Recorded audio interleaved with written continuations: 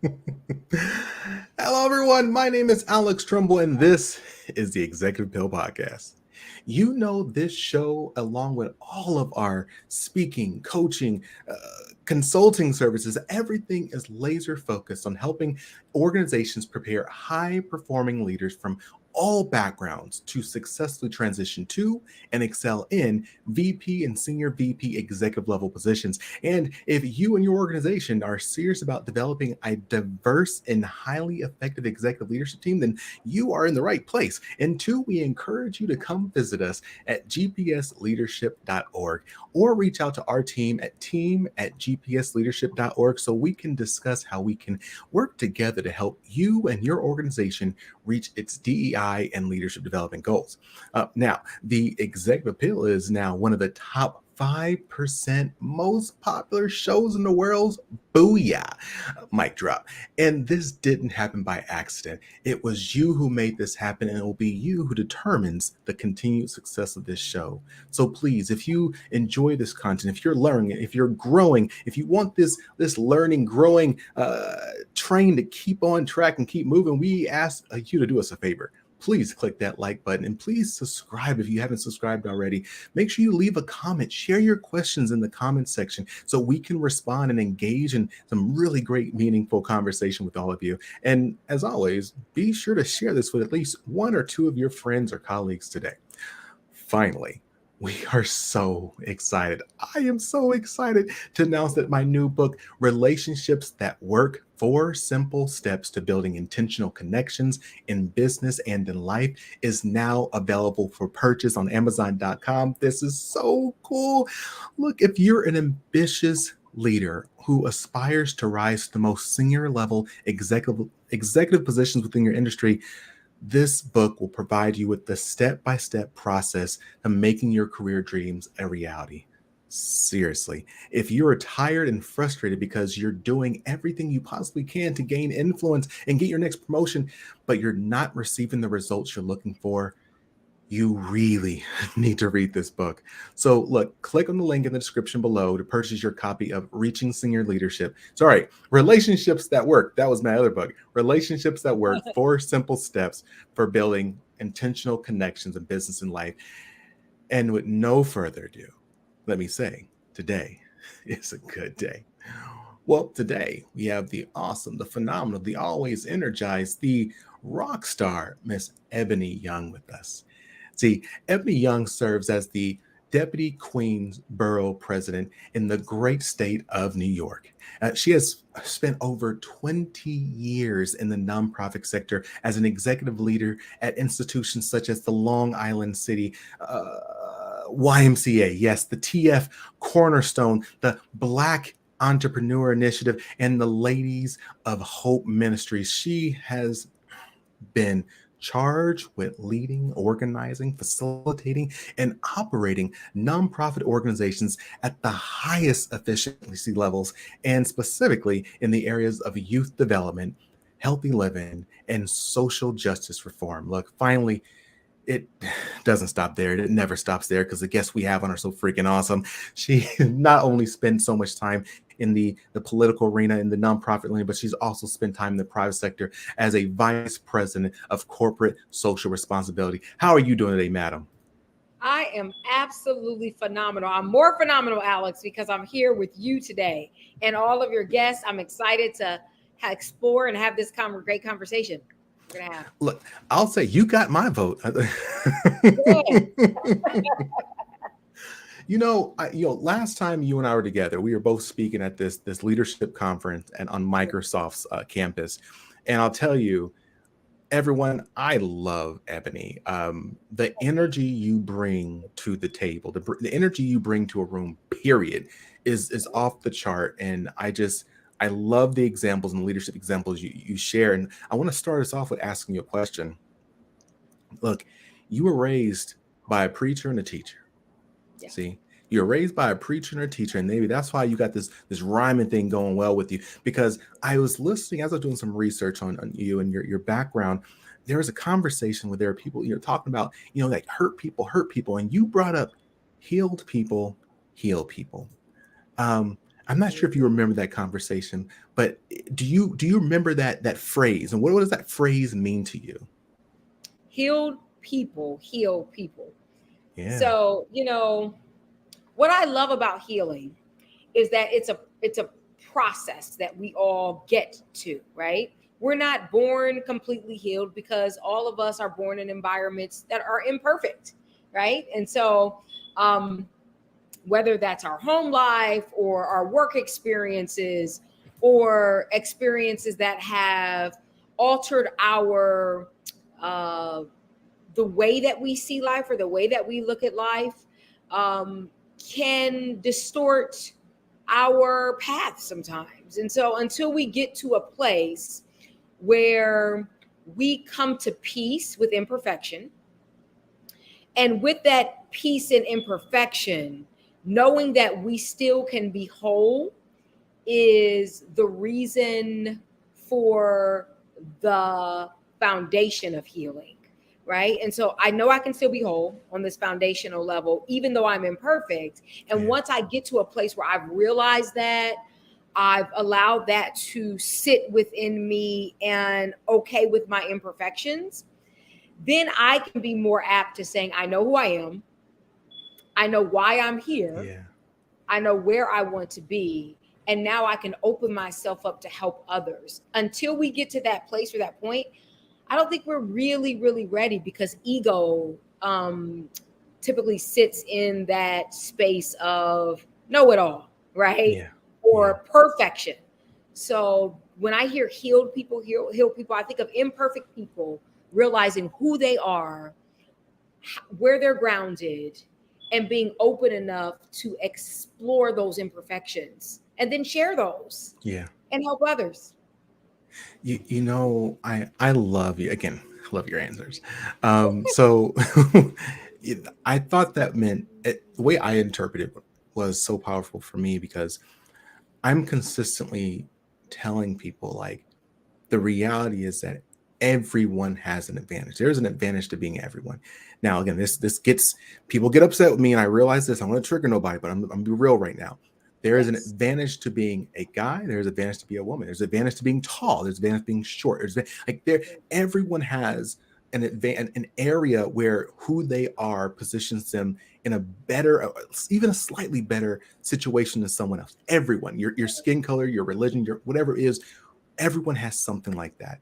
And Mm. so I always tell people to lean into wherever those places are, like leverage it as much as you can. If it's legal, moral, and ethical, right? Always got to put those boundaries up. Um, and then, but what you're talking about, and again, I love it so much, is not only do we lean into those areas that that we are naturally gifted in or have a slight advantage, but we also need to be recognizing that we are imperfect. Yes, I'm imperfect, but it's That's not just it. me. Like all of us, we all have imperfections. That's right. And I think a healed person knows how to share those vulnerabilities. To Mm, me, vulnerability equates to your real healing. yeah, When I can be vulnerable with people, go there with people, allow them to see me for who I am, my perfections, my imperfections, everything that comes with me, yeah, then I am more apt to holding someone else's hand and taking them on their journey yeah, into whatever outcomes that they need to have for themselves. And I think a lot of times we get that really confused. Healed people feel like, okay, I need to tell people about what I've done to achieve something, hmm, right? But what you've done to achieve something is not necessarily what that person across the table needs to achieve what preach, they need to achieve. preach. So if you are really healed, you know how to step outside of your ego, Mm, go into a place where that person across the table is, listen, hmm, learn, ask the right questions, remain curious through that conversation, and honor their healing from their place. yeah. Yeah. I love how you said take yourself. It's so wonderful. Oh my God, I just accomplished this. Oh, I did this. I'm so awesome. You can do it too. This is what I did. And this Right. is what I did. This is what this is what Watch I those would do. things. Yes. Yes, Well, absolutely. But again, I'm gonna be real with you right now. Like everyone listening to this is either already in a significant leadership position, or aspires to be in a senior leadership position. And I'll tell you, one of the things they'll say is that, I want to be vulnerable. My organization talks about being vulnerable. My friends and family, like that is the thing. I'm going to hashtag vulnerable right now. But I also know that if I'm vulnerable, I'm vulnerable. I can get myself in trouble. I can say the wrong thing on accident. Mm. Someone could use something against me. How do you know? How do you know what? Do you just put everything on the table? Like, how do you do this? No, I don't think that's it. I think it's really identifying with people where they're at and utilizing your vulnerabilities for those moments, not Mm. necessarily sitting down and regurgitating everything about yourself and your imperfections, right? I think the word emotional maturity, your Mhm. EQ, needs to be higher than your IQ, Yeah. right? When you Mhm. are working in senior management and senior roles and you're leading teams. And I really believe if you are attuned to your emotional intelligence, you know when the right time is to share that vulnerability. And Yeah. then there are times where, that vulnerability should not be shared. And you should have Mhm. a high enough EQ to Mhm. know when not to share that Mhm. as well. Well, Absolutely. and we sometimes, unfortunately, we learn the hard way. When we were at that conference we were supposed to be speaking at, I was moderating a panel discussion on mentoring programs and mentorship, and someone asked, "Well, what if you is it okay to mentor someone of the opposite sex?" And then that was the conversation. I was like, well, there's risk to everything, but it's not just the opposite sex. It could be the same sex, right? There's always a risk to it, because if you're being vulnerable, you're putting things on the table, and really to have those really high impact mentoring relationships, there has to be a level of trust. But what you're saying, and what I love it, because this is what I'm always preaching, not preaching, but preaching, um, is that if there's different levels of mentorship. There is this like not surface level in a bad way, but there's like this higher, broader level of mentorship that you can spread around to maybe in almost anyone, right? Because there's less risk there. But there are those individuals who you're going to get closer with, and you're going to get really into each other's Right. business in your life, and you don't want to do that for everyone, and maybe That's right. it's not appropriate to do it with everyone. That's right. That's right. And I think that's just understanding boundaries, right? Mhm. And I think part of the emotional intelligence piece is knowing how to watch your surroundings and assess and observe your surroundings. Watch what people bring to the table, watch how they bring it to the table, watch why they bring it to the table. Ooh. And typically, when you walk away from that, you can assess if this person needs to be in an inner circle or they need to be an associate that you reference and you're kind to, but you are not completely open to sharing vulnerabilities with. You just have to be careful. Mm, mm. Yeah, very, Oh very my, careful. I'm loving this. So you make me think of, so there's a topic that I love teaching. So when I teach these leadership development programs, one of the topics that I love talking about and love questioning and facilitating the conversation is about decision making, right? And it's really easy to make a decision between two options that are bad. Like one's bad, one's good. Those are pretty easy. Um, Mhm. but when you're in situations where both options are right, like it's right to do both of those things, but they're going to create different outcomes. Those are harder. So like, for example, it's right to focus on the individual. I really care about that person. Let's find a way to help that person. But it's also Mhm. right to focus on the group. And sometimes the decision you make is going to impact one of those things differently. Long term versus short term, loyalty versus accountability. There are these dichotomies at times, and I love to ask you, on that topic of right versus right. 'Cause I know you are in situations all the time where people want you to to say, yes, we're going to fund this, we're going to support this effort because it's the right thing to do, and you're saying yes, and then someone else says, we want to support this effort and fund this effort because it's the right thing to do, and you're like, yes, but there's not enough resources to do both. It's like, how do Love it. you make that decision? Yes. Okay. Bottom line, as a senior leader, right?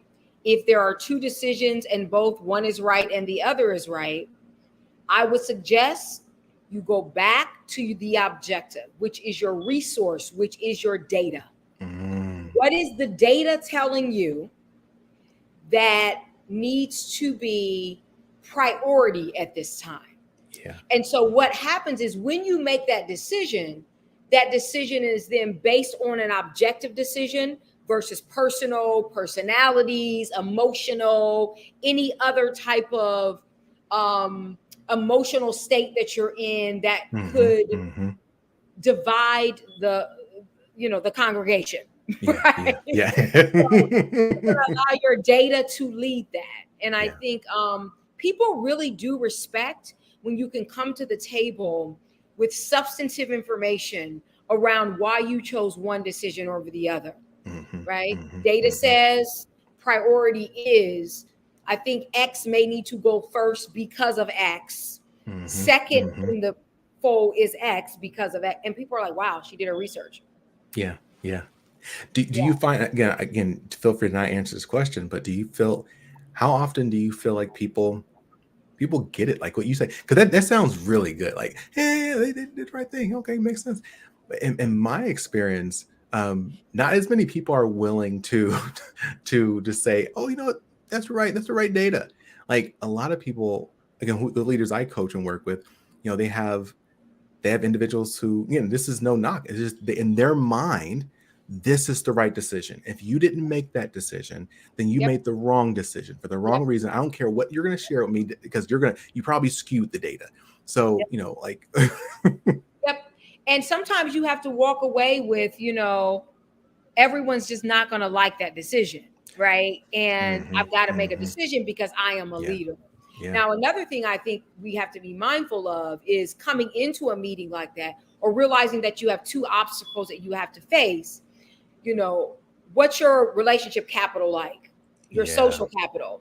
What have you built with those two groups? Who have you built relationships with enough so that you're not the only voice? That other voices are also speaking along with you, not at, but with, right? And that is up to you as a leader to build that social capital long before you have to make decisions. So, that's in leadership, that's in politics, that's in tech, that's in so many things that we do today. Building your social capital in the right way so that you are not the only voice alone at a table and that other people are supporting where you're going. Look, Ebony, I could not be in more agreements with you. I got to stop asking questions that you Yeah. don't have an agreement with. What's going when I'm teaching executive influence, one of the first things I tell people is you got to understand the who, what, when, why, and where. When you're trying to influence people, like the who. Sometimes, yes, you're asking obviously who needs to be influenced, but the other who is who needs to say this. Maybe I don't need to be the messenger. Like you just said, you identify other people and they put those things out there. There you go. You just hit something dead on. But Alex, many times when you are dealing with novices or even middle ground or middle-aged leaders, executives, and I hate to continue to reference this, but it's that ego that gets in the way. I want to be known as the person who's leading this. And if somebody else speaks, then it's not going to look like I'm the leader. Actually, good leaders know how to play the back, right? Yeah. It's called chess. So you just gotta be did you say it's not called chat? It's called chess? Yeah, it's called chess. I love that. Yeah. So I think that's what we have to think about. Well, again, everything we're talking about, whether it's being vulnerable, whether it's making right versus right decisions, it all comes back to courage. Like your ability to do something with the faith that things are going to work out. Because there's always a degree of faith. You can do as much research and planning as possible, but you can't control for every variable, right? Mm. Um, as I was doing my homework about you, I heard about you and this job opportunity you took, um, where you said, you were doing what you loved, you was doing it well, and they said, you know what, hey, we'd like to give you an opportunity, but we're gonna, it's $30,000 less, um, but Yep. but but we're gonna give you this opportunity. Can you tell us about that story? But then more, just as important, I'll say, what led you to feel comfortable making that decision to take that Mm. $30,000 pay cut? Mm. Yeah. So let's start at the core of it. I like to really get down to the essence of why, right? Um, I was working in corporate at MS Communications. It's a radio station. I loved it. I enjoyed it. I was working in account as an account executive in advertisement, and I was dealing with people every single day. I love people. It sits at the very essence of who I am. I enjoy serving people, and part of that servanthood is really equated into leadership and development, curiosity, mindfulness, etc., and working along with people. So Mhm. while I was getting some of that in my role at MS, I was not getting all of it, and so I felt something missing. There was a link, and I was like, I don't know what it is. I don't know where I need to be. I'm a prayerful person, so I'm like, God, show me where I need to be, what I need to do here, because I love people, but I just don't know where I need to be next. And so one of my girlfriends said, Ebony, this is out of the blue, right? There's a position that's open at a YMCA, and you would like rock the Y, like you would be phenomenal. And I'm just like, the Y? That'll be crazy. I'm on my like money trajectory. What are you talking about? She said, okay, just do the interview, right? And so went to the interview, and as my interviewer was speaking with me, everything that interviewer hit in that conversation, because typically if your interviews don't turn into a conversation, it's not a good interview. Yeah. So as we were conversing, I'm like, oh my goodness, she is hitting every single one of my buttons. Like, I mean, she's hitting my core value system. She's hitting my 5 strength capacity goals. She's hitting my innovation. I mean, this is crazy. Mhm. They gave me the Mhm. salary. I said, no, there's no way. I'm not doing this. Right. Went back to the station. I thought about it for a second. And I'm like, Ebony, what are you going to gain more of later if you take the hit now with something that you're passionate about and you love? Will you completely thrive in this if you just give it a shot? So I took the $30,000 pay cut, Mhm. and I tripled that in 2 years. I tripled the salary that I was currently making in 3 years. Yeah. Yeah. And that was only because I decided to take the hit, but I decided to let my passions, my love for what I did, supersede a salary. Yeah. Yeah. So pump back to push up, right? So it worked. It was great. Well, again, obviously it worked. And you would probably do the same thing, knowing the outcome, right? Absolutely. Um, but I promise you, there are some people here right now saying, look, I know I'm super passionate about this. I know I want to do this, but I got a family. That's I right. got, someone to look out after. I got, it took me this long to get here. Like, how do you assess whether it's right to take that step back to move forward? So there are two things. One of them, I do believe that your gut will tell you if it's time to do that or if it's even feasible to do that. And that gut comes from the assessment of where you're at in life, who you're responsible for in that life. And if those stakeholders in your life, which is your family or whomever that's close to you, are willing to take the risk along with you. Oh, So I wow. believe all those factors need to play into it. The Hmm. second part of it is go to therapy. Go to therapy. Talk to somebody about where you're at, why you are where you're at, and talk through if it's even the right time, because sometimes speaking with someone about it takes you outside of your thoughts, right? Yeah. Yeah. Those thoughts are sometimes quiet in our minds. But when we have someone to talk to and we write that down and we start thinking about it a little differently, typically your results will come in that way. So therapy and really assessing and having serious conversations with the stakeholders in your life, which is typically who's closest to you, your family. Those are both clutch. And I think about my wife, like it's really interesting. So I like to I probably share too much, everyone, so it's FYI. But Okay. we had a situation years ago, and my wife wasn't, the she decided to move overseas and take a job. Yeah. Um, and we had a real conversation about it, and it was like, yeah, we can do this. And it was uncomfortable at first, but she had a fantastic career over there. And 2 years later, she came back and we're doing our thing.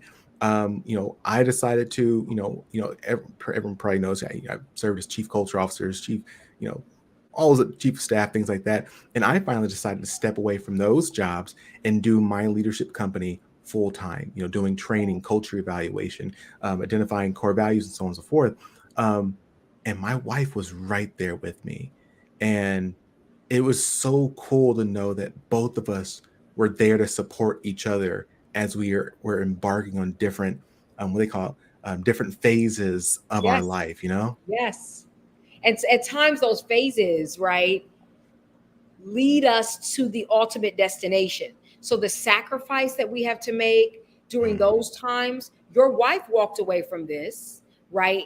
And she doubled her impact when she yeah. got back, because number one, she could advance and do what she needed to do, but she understood when it was time for you to do what you Mm, needed to do, right? yeah. And Yeah. sometimes allowing the people that are closest to us to fly at the times when they need to fly. And that doesn't mean all the time that I'm flying at that particular time along Yeah. with you, Yeah. but that Yeah. I give you the space to fly.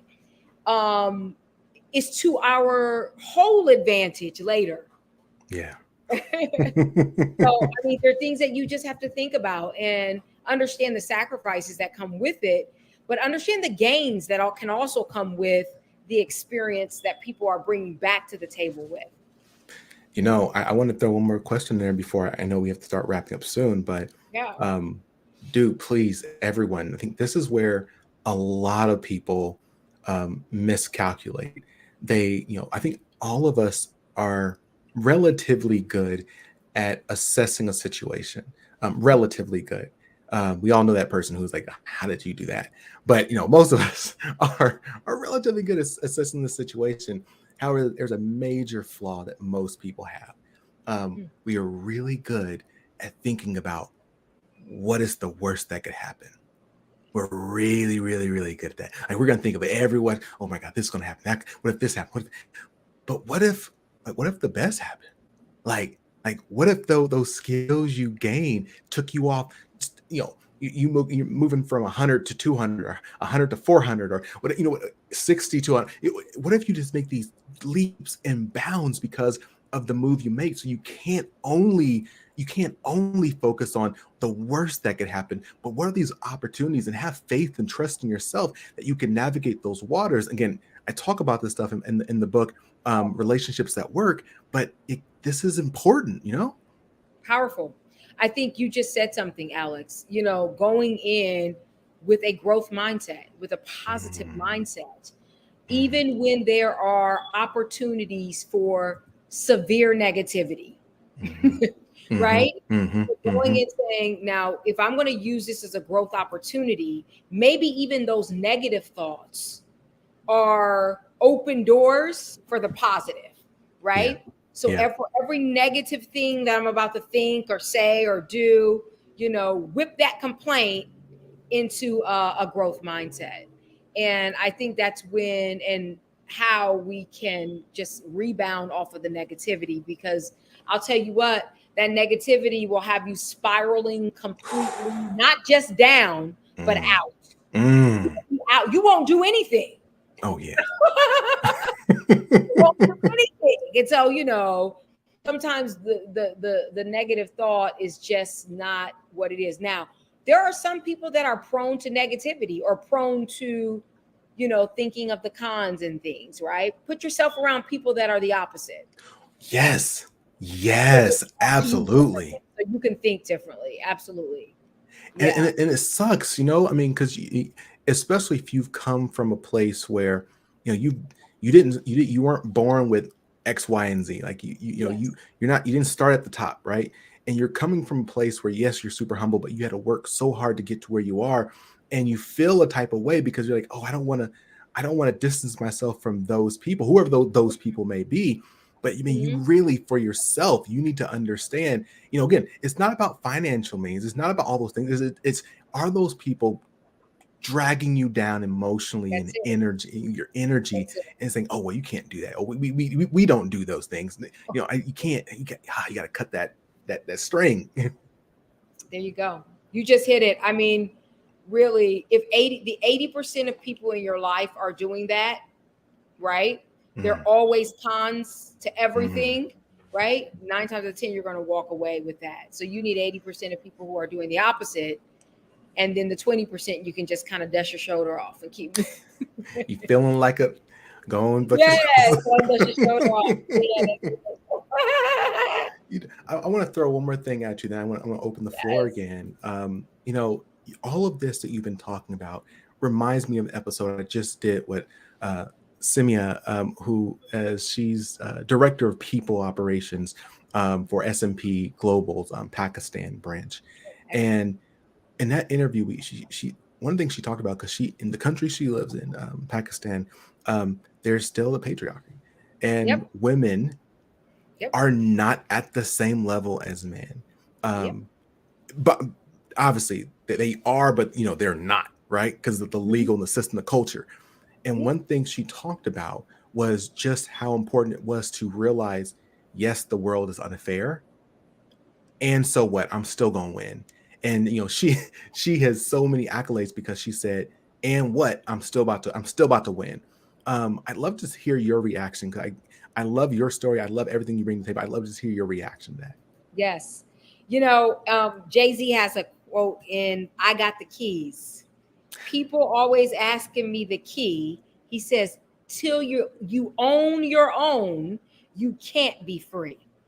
I'm using Mm, that phrase in light of owning your own mindset, mm, owning your own abilities, yes. owning your own pathway, owning your own energy, Hmm. owning your own Hmm. preparation so that Hmm. you get to where you need to be in life.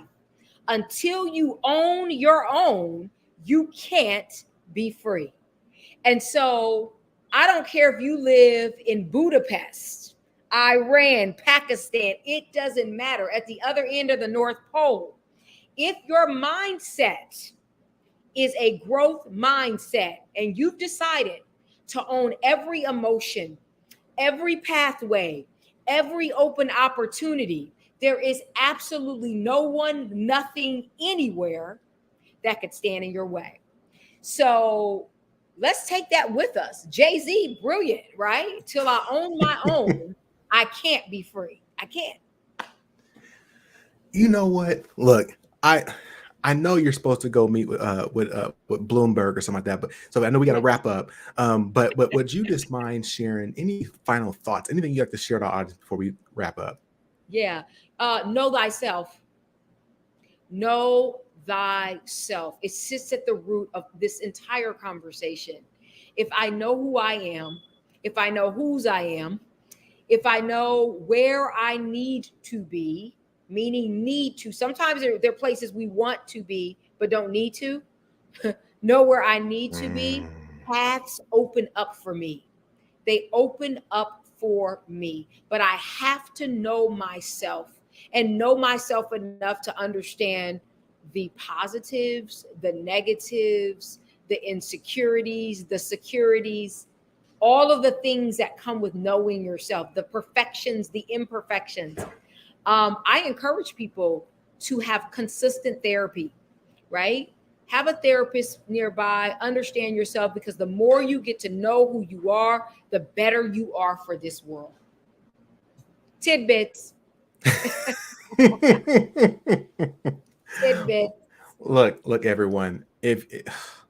If you didn't get something from this episode, I'm gonna say the same thing. You need to rewind and play it again, and then play it again, then play it again, and play it again. And you probably need to play it while you're sleeping, so it kind of goes in your mind through osmosis. That's what you need to be doing today. Thank you so much, Ebony, for spending some time Alex, with us. Like, it's been a thrill. You're such a phenomenal individual. I just love being in your presence. So much. Well, look, Appreciate everyone. Oh my, thank you. Everyone, you know where I'm going with this. If you took anything of value from this conversation, if something set on your heart is going to make you do something differently or think differently or move differently or feel differently, don't keep it to yourself. Don't just look back, reach back, bring someone else to the table, or more importantly, bring the table to them. All you got to do is click like, all you got to do is click subscribe, send the link, because if you took something from this, I promise you, your friends, your colleagues, your family members will also build from this. Shoot, your team members, if you're a supervisor, share this with your team, because this is the information they need to be growing as well.